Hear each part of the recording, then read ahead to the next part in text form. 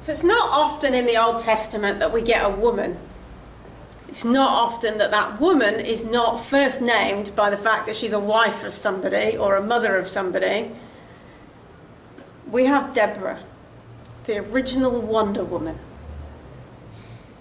But I didn't come up with that until a bit late in the day, so that's why it's not on the screen. But a bit of background as to how did we get to here. So the Israelites were sort of invaders, sort of settlers, and sort of immigrants in Canaan. And the only thing that united them as one group was their common heritage and their religion. Their religion that focused on one God rather than multiple magical relationships with several gods. But every now and again they would forget that they had one God, and they would try to fit in because they didn't like being singled out. They liked to live in peace with the people around them. But whenever they tried to assimilate, join local customs rather than follow their own faith, they split up, they diverged, they became weaker, and in this case, God sold them to someone else. I think it might be a more accurate description to say that when they lost their strength as one united people, they were much easier to oppress. And so they called out for help.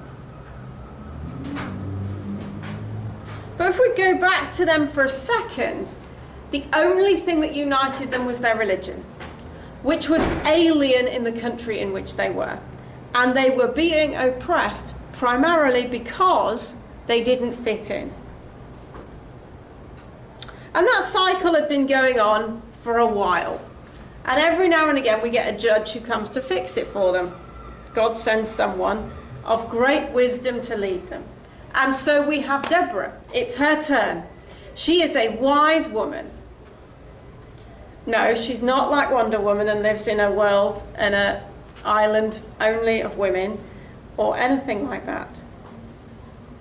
But she is someone who brought the tribes together, who led from the front and inspired 10,000 men to stand up for themselves. Because she asked Barak to bring together two tribes to work together. That was how they were going to get enough men. But Barak basically said, put your money where your mouth is, because I'm not going without you. Now, nowhere else in the Bible, and we're talking about 10th century before Jesus, so 1,000 years before Jesus, and we're only now getting to women leading military.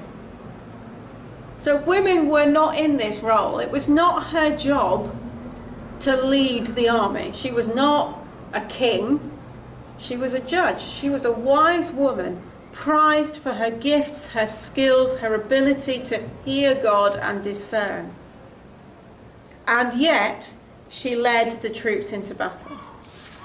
She inspired those people to stand up for themselves. But really, what actually happened was that they got united together.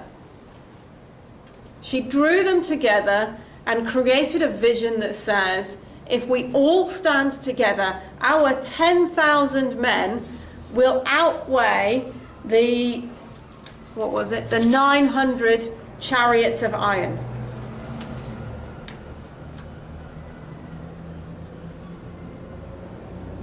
Joining forces together, even lesser forces can win. In the recent elections in the US, a young Latina woman overthrew the incumbent in the primary because she went out on a basis of says, you might have more money, but I have more people. And her campaign was about bringing the people, the voice of the people, into democracy again. And she used the power of the people. They didn't have a lot of money. She spent less than a tenth of what the incumbent, who thought he had a sure thing, spent. Because money or chariots of iron cannot win against a people who have the right behind them. So I have some questions.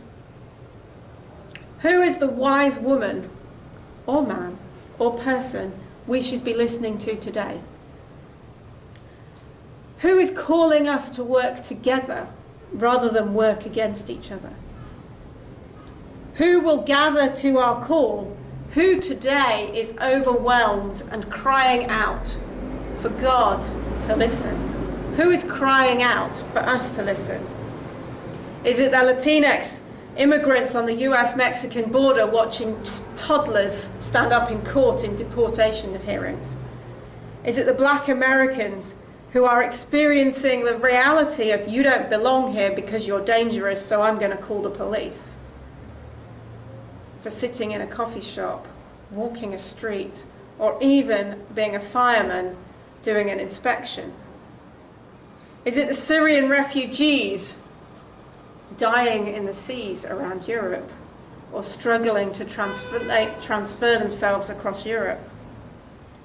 Is it the trans people, including non-binary, who are being attacked for being less than, not fully, or different? Are we listening to the voices that divide us and take us away from where God is calling us to be? Or are we looking for and listening to the voices that bring us back together?